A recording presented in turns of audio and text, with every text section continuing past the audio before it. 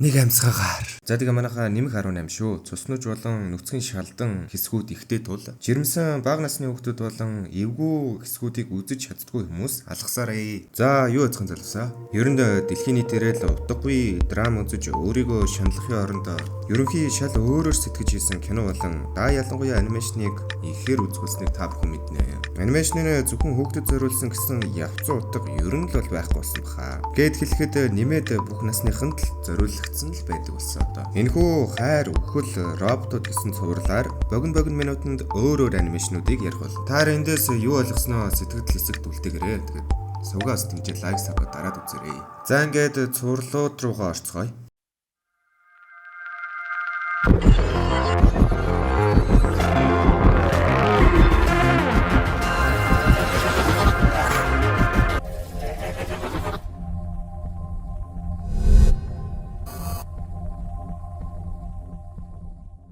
Гэрч Хонконгийн орон сууцны байшинд нэгэн бүсгүй нүрээ будаж гадагш гарах гэж байлаа. Гэтэл гинэд эсрэг байрнаас гарсан буун дуу орчны нам гүмийг сарниулжээ. Бүсгүй цацсандаа гар нь татхус гэд будгаа нүрэндээ нялдаг. Уур сонирхол хоёр нь зэрэг хөдөлж тэр хөшгөө татан дуу гарсан зүг рүү харав. Гэвч нэх онцгийн зүйл байсангүй. Тэр цонхоо хааж гарахаар зэхэж байтал буун дуу гарсан газраас эсрэг байранд нүдний шилтээр цочин дээш харна. Тэрээр саяхан нэг эмэгтэйг алдсан юм байна л. Гин бурууга мэдэрч амьсгатан цонх руу хартал эсрэг байрны цонхоор өөрийг нь харж буй бүсгүйг олж харна. Тэр хоёрын харц тулгарч бүсгүй өнөх хэрийн цусаар будагдсан царайг хармагцаа.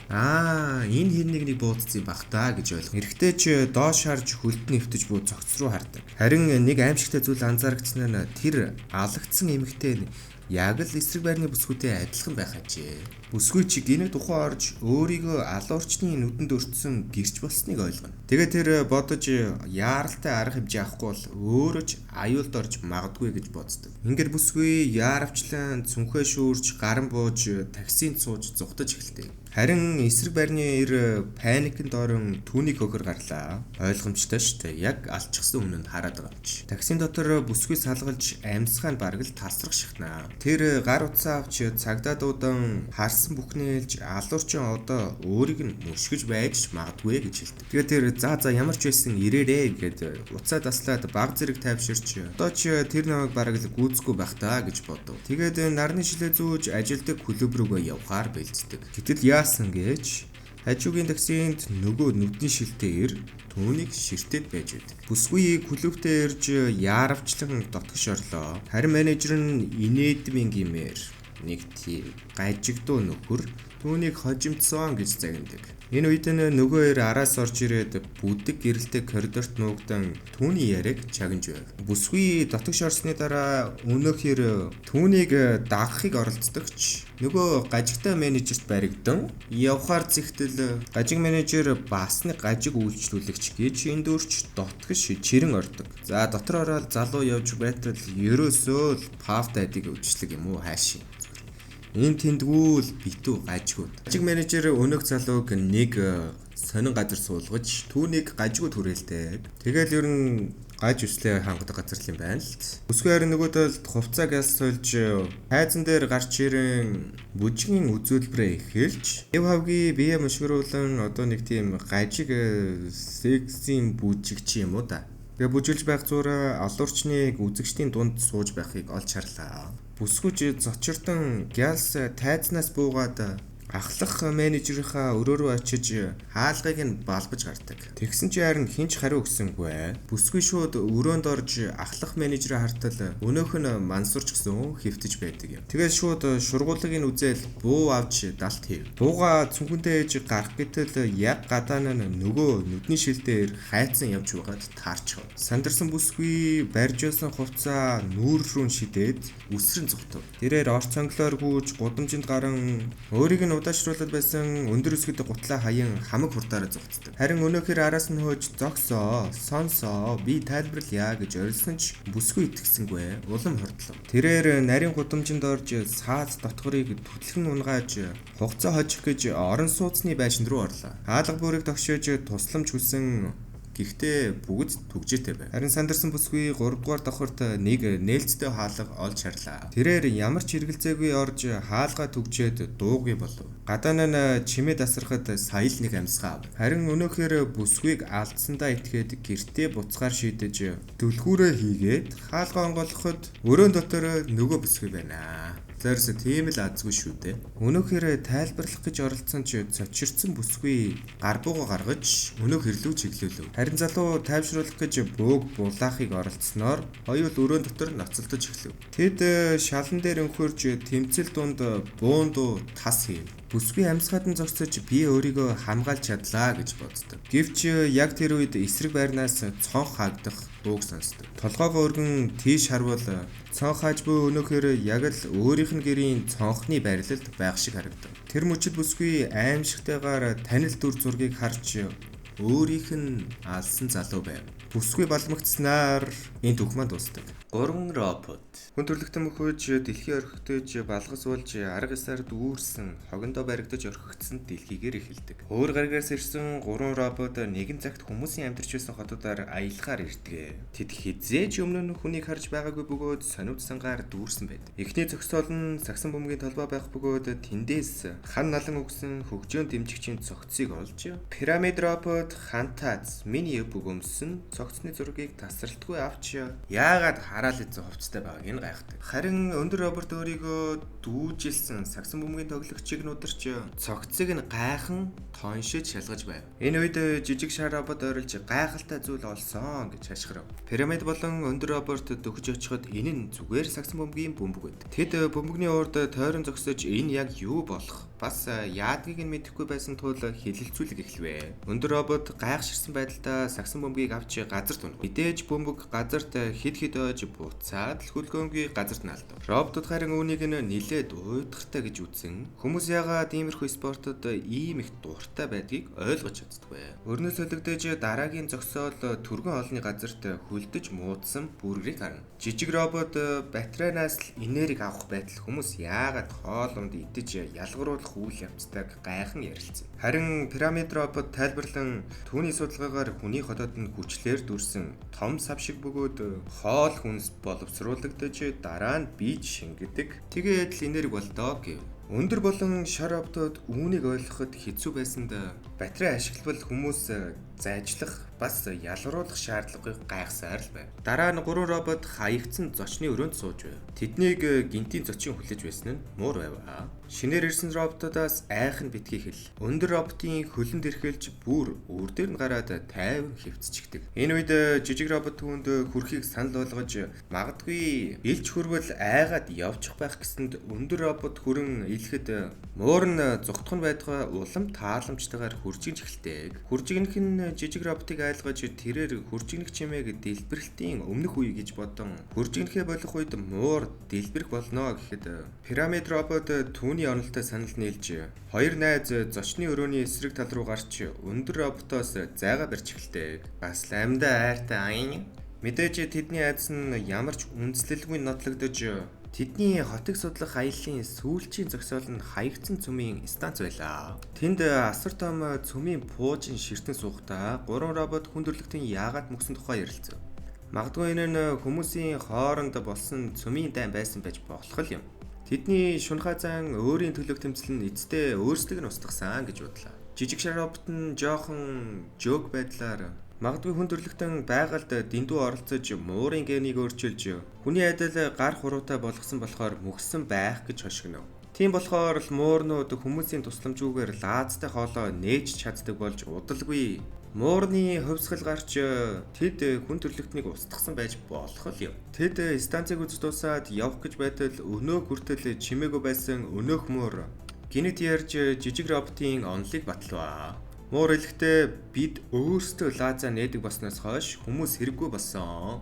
Харин дараа нь гинэт олон муур гарч ирж станц дүүрэн болжээ. Ингээд муурнууд дэлхий дээр шинэ эзэд нь болсон байв. Харин 3 роботын нүдээр харвал энэ түүх дэлхийн сүрлийн аимшигт дүр зураг байлаа. Харин муурнуудын өнцгөөс харвал хүний үйлдэл нь утгагүй, ойлгомжгүй зүйл мэт санагдав. Ингээд энэ төгтөрч байгаа юм да. Йогурт дэлхийг эзэлсэн нь. Нэгэн лаборатори дотор Америк эрдэмтэд хүний ДНХ-г сүүн хүчлэг бактери шилжүүлэх туршилт явуулжээ. Туршилтуудаа үргэлжлэх боловч эцэстээ амжилтгүй болсон мэт харагдав. Харин илүү гарсан йогуртыг нь хаях нь харамсалтай байсан тул нэгэн судлаач гэртээ авчираад өргөчөндөө хийдэг. Тэгээд тэрээр буудан дээр унтаж байхад нь хөргөчн доторх йогурт нь генет цагаан гэрэл цацруулж эхэлдэг. Яг л хувиралд орж байгаа юм. Тэгээд өглөөнөр судлаач ядарч сэрээд йогуртн дээр сериала хийгээд идэх гэж байхад нь генет хинэж төсөөлөг үзэл болов. Йогурт доторх сериал үг бүтээж би нэгдлийн учрыг оллоо гэж сериалаар үг бүтээчихдэг. Ингээд мэдээж судлаач гайхав. Дараа нь өөр үсэг бүтээж намайг удирдлагатайгаа уулзуул гэж хэлдэг. За йогурт ухамсартай болжээ. Судлаач энэ байдлаа итгэж чадаагүй гэрээсээ гарч шууд White House руу яв. Тэгээд Америкийн нэгдсэн улсын ерөнхийлөгч болон эрх баригч нартай уулзах зуур йогурт нь аль хэдийн дэвшил гаргаж одоо сериалны хэрэггүй өөрөө ярьж чаддаг болсон байна. Йогурт ерөнхийлөгчид хандан би Америкийн нэгдсэн улсын өнөөгийн бүх асуудлыг шийдэх аргыг олсон. Гэтэ энэ нөхцөлийг чамд өгөхийн тулд нэг нөхцөлтэй. Тэр нөхцөл нь Америкийн нэгдсэн улсын Ohio мужийг 100-ны туршид йогуртод өгөх байв. Өрөөнд дотор чимээгүй болж дараа нь ерөнхийлөгч нар болон сайд нар инээлдэж йогуртыг шоолж эхэлдэг. Гэтэ йогурт үнд нь эргэлзэхгүй улам тайвнаар би тэгвэл хятад руу очих болно. Тэнд мужийн захиргааг өгнө гэж амласан гэв. Энэ үг нь өрөөг бүр мөсөн нам гүн болгов. Сайд нар ерөнхийлөгч рүү харнаа. Мэдээж хятад гүрний доор орохгүй тулд ерөнхийлөгч зөвшөөрч өгдөг. Тэгээд Ohio мужийн захиргааг авсны дараа йогурт нь төрөмгийлэгч бус байж нутгийн ард түмний эрхийг хүндэтгэж хамгаалж эхэлвэ. Ухаалаг техник технологи ашиглан тасралтгүй хөгжиж амласнаач биелүүлдэг. Мөн амлсан ёсороо ерөнхийлөгчид Америкийн нэгдсэн улсын бүх үрийг тэглэх төлөвлөгөөг танилцуулдаг. Ерөнхийлөгч зөвхөн яг заасны дагуу хийх ёстой байсан ч тэр итгэсэнгүй. Тэрээр эдийн засгийг хүнээс илүү хинч ойлгодгүй гэж үзэн төлөвлөгөөнд өөрчлөлт оруулчихдаг. Тэгтэл 6 сарын дараа Америкийн нэгдсэн улсын засаглал санхүүгийн хямралын улмаас уналтанд ордог. Харин эсвэргээрээ Ohio муж йогуртын удирдлагын дор амар амгалан эв найрамдалтайгаар хөөгдсөн байв. Өөртөө ихэнхэн итгэлтэй байсан ерөнхийлөгч эцэст нь захиргаагаа шилжүүлэх тухай захирамж гаргаж гарын үсгээ зурснаар йогурт шинэ удирдагчаар тавигдсан. Йогурт Америкийн нэгдсэн улсын тугийг бүр буулгаж түүний оронд йогуртын тугийг өлгөдөг. Мэдээж хүмүүс удирдагч нь йогурт болсныг олж мэдээд эрхчлөөг эрхэмлэгч Америк хүмүүс гудамжаар гарч эсэргүүцлээ илэрхийлв. Йогуртаар ч удирдуулна гэж байхгүй шүү гэж хаяг л одсон барий яв. Гэвч йогурт ухаалаг зан үйл болон юмсыг тайвнаар зохицуулах аргаараа олон зөрчил маргааныг намжуулжээ. Цаг хугацаа өнгөрч хүмүүс чухамсарлав. Учир нь йогуртын удирдлагын доор хүний нийгмийн бохирдол, ядуурл, дайн байлдаа зэрэг бүрмөсөн байхгүй болжээ. Харин эсвэргээр бүгд амжилттай хүмүүнлэгээр амьдарч эхэлсэн байдаг. Йогурт харин зөвхөн үүгээр зогссонгүй. Сансар окторгүй руу том йогуртын савнуудыг хөөргөж хүмүүсийн бүтээсэн хиймэл дагуулагч замдаа устгахдаг. Үүнд нь гайхсан хүмүүс йогуртаас асуув. Бид сарыг эзлэх гэж байна уу? Бид туслах уу гэхэд йогурт хариуд нь бидэнд хүний тусламж хэрэггүй гэж хариулдаг. Энэ үед хүмүүс паникнд орж йогурт биднийг орхиод явах болов уу? Бид цаашдаа яаж амьдрах вэ? Гэснээр энэ түүх дуусдаг. Сааныгийн хавцал. Сааныгийн хавцал нь том хотын буланд байрлах мангасуудын тулааны талбарт эвгүй шөнөөр эхэлдэг. Сааны бол цөөхөн эмэгтэй аратан номхогдогчдын нэг бөгөөд тулаанд 17 удаа дараалан ялж ялагдшгүй домог бүтээжээ. Аратан номхогдогчноор нь өөрсдийн танин мэдхүйг мангасуудад суулгаж тархины долгионоор дамжуулан тэднийг хиндэг юм байна л да. Энэ нь Сааныгийн 18 дахь тулаан бөгөөд тулааны өмнө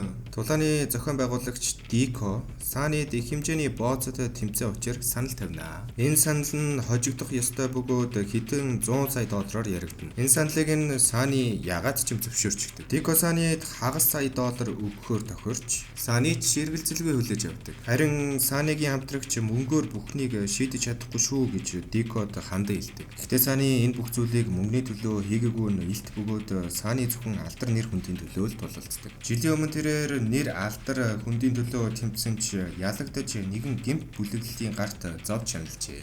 Тэд түүнийг харгас хэрцгийгээр доромжилсан төдийгүй нүүрэн дээр нь нүхэж баршгүй сориг үлдээсэн байдаг. Эцэст нь өөрийн зоригоор түүнээс гарч сүүдрийн амьдралаасаа салж амьдралаа дахин эхлүүлсэн нь энэ байж. Цааны угаасаа хинт ч амархан бууж өгдөггүй. Өрнөс солигдож тулааны бүрээ дугарч олны нүргэн аянга цахилгаан алга ташилт үзэгчдийн хашгиралтаар Сааны өөрийн ухамсараар удирдах мах идэг чимээх нэртэй аратан торноос гарч ирнэ. Мах идэгч нь гүлгэр, хурдан, шаламгай бөгөөд GPS-ээр холбогдсон хурц үзүүртэй сүлдээ. Харин түүний өрсөлдөгч түүнийг дорд үзэж басамжлан өөрийн оюун санаагаар удирдах мангас болох хуягт титанозаврыг сулдаг. Энэ амьтан нь зүгээр л танк бөгөөд хатуу хуйг дуулахтай байв. Энэхүү харьцангуй харагдах тулаан эхэлж мах идэгч ямар ч айдасгүйгээр хурдан гүйж очиж хурц үзүүртэй сүүлээр довтолж тулалдан хурц цумцаараа төрөмгийн дайралтууд хийнэ. Гисэдэж зузаан хуягта титанозаврын хувьд эдгээр хөдөлгөөнүүд нь зүгээр л гжигдэх төдий л огт гэмтэл учруулдаг. Харин дараа нь мах идэгч тойрон эргэлдэж сүүлээрээ орон хан руу шидэж орхидог. Мах идэгч дахин эргэлдэж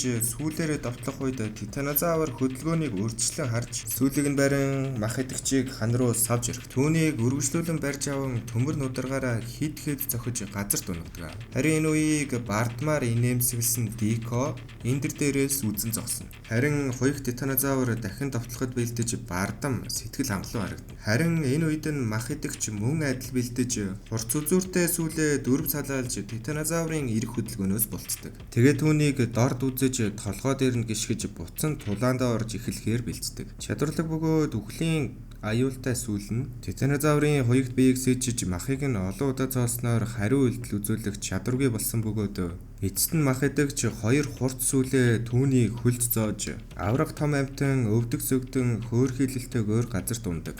Харин манай мах идэгч одоо давуу талтай. Титанозаврын нэг гарыг хүчтэй татан тасалдаг. Гэвч дараагийн хэдэн секундэд титанозаврын тасарсан гарнаас шинэ хурц эртээ сэлэм ургаж мах идэгч дайрахтаа түүнээс нь бултаж чадлагүй. Сүүлнийхээ үзүүрнүүдээс тасдуулуулж хэрчүүлчихдэг. Титанозавр хурдан алхам хийж түүний хоолойноос багалзуурдаж хан руу шахдаг. Тэгээ нөгөө хурц шинэ ургасан сэлмээрээ хөвлөрөө нь дүрж орхидог. Энэ үед нь харин мах идэгч зовж шаналан муухагаар архирч эхэлдэг. Үзэгчд болон Дико үрдүн хэдийн тодорхой болжээ гэх зуур мах идэгч гинэд уур хилэнгээр дүүрэн нүдэнэ. Бүх уур хилэнгээ гарган толгоогоо чиглүүлж титанозаврын зүрх рүү маханд улайсан дүрдэг. Цус олгойдон гарч аврах том биед газар ундаг.